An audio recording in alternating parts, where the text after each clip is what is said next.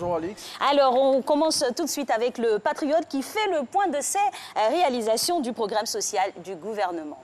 Bonjour Marco et bonjour à tous les téléspectateurs qui nous suivent aussi. Oui, eau potable, électrification, route, emploi jeune, recrutement d'enseignants ou encore construction d'hôpitaux et d'écoles. Ouattara, champion du social. Voilà ce que Barassa Une, le confrère, le Patriote, nous apprend comment depuis janvier 2019, le chef de l'État a déployé la grande artillerie du PS Gouv et il souligne que 727 milliards ont été mis sur la table pour améliorer le quotidien des Ivoiriens.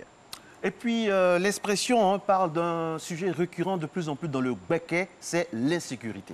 Et plus précisément à Bouaké, chef-lieu de cette région, où des policiers ont aidé des bandits à s'évader de prison. Et selon le confrère, le tribunal militaire nous apporte des précisions sur cette affaire.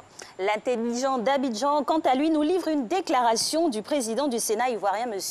Jeannot Ahoussou-Kouadio.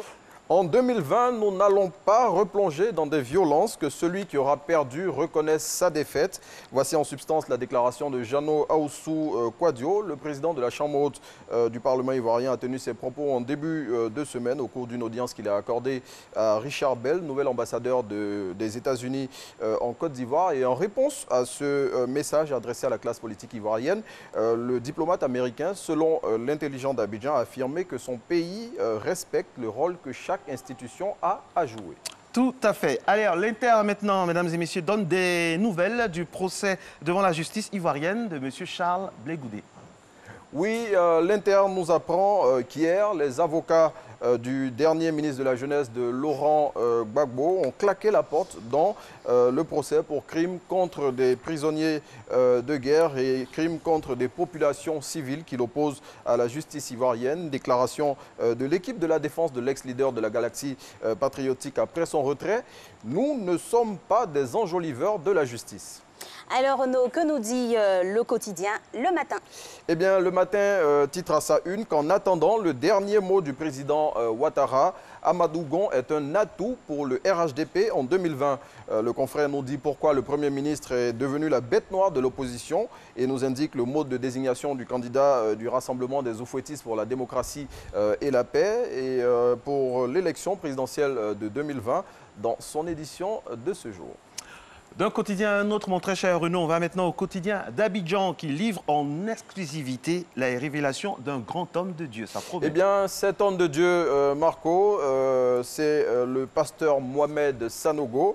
Selon lui, l'heure du jugement approche. Tous ceux qui ont attaqué la Côte d'Ivoire vont payer pour leurs crimes. Et il nous dit aussi que tout ce que nous entendons actuellement n'est que le début de ce qui va arriver. Et toutes les prophéties de ce religieux sont à retrouver dans le quotidien d'Abidjan de ce jour. On s'intéresse maintenant à Soir Info. Ce matin, il est question de la sécurité du président de la République. Oui, à quelques mois de la présidentielle de 2020, Ouattara bétonne sa sécurité. C'est l'information que nous livre Soir Info. Le quotidien note que d'importants moyens ont été déployés autour du chef de l'État. Il souligne qu'une grosse bataille est engagée entre l'État d'Israël et la France pour le marché de l'équipement de l'armée ivoirienne. Pendant ce temps, mon très cher Renaud, l'opposition de Champagne se montre très active sur le terrain. Les partis politiques, justement, de cette obédience de la politique ont tenu une rencontre de haut niveau et c'était hier.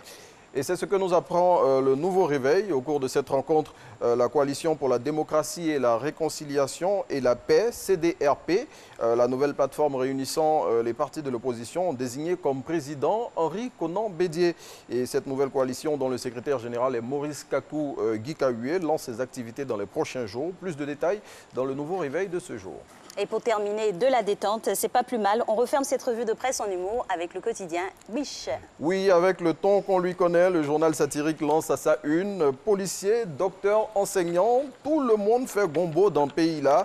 Et en illustration, on a un avant-goût de ce que sous-entend Biche avec cette une assez drôle où on retrouve des personnes qui sont en train d'échanger, notamment un candidat à un examen et l'examinateur en question qui lui demande avec quoi il est venu pour présenter son examen et le candidat qui lui répond avec mon stylo, ma règle et des feuilles. Et il lui dit, tu penses que c'est avec ça que tu vas réussir à ton examen? Et bien, plus de détails dans Gouiche de ce jour. C'est déplorable quand même. Et Gouiche qui intervient, c'est un quotidien ou c'est... Non, le Gouiche, c'est un hebdomadaire. C'est un hebdomadaire. Satirique qui paraît tous les jeudis Absolument. et ça court sur toute la semaine jusqu'au jeudi prochain. Et on les reçoit, merci beaucoup, on les reçoit ici, on reçoit nos caricaturistes également tous les vendredis pour croquer l'actualité côté caricature. Merci Avant Renaud. de partir, Marco, 6h10. j'ai appris une information tout à l'heure sur pendant le petit C'est un déj. breaking news? Non, les bons flottants. J'ai jamais su que c'était l'appellation exacte de beau flotto. Ah, Comme quoi, si. nos déclinaisons ici en Côte d'Ivoire, souvent, Ah, si. ça Il y a s'éloigne plusieurs de- abus ça de s'éloigne langage la comme ça. réalité.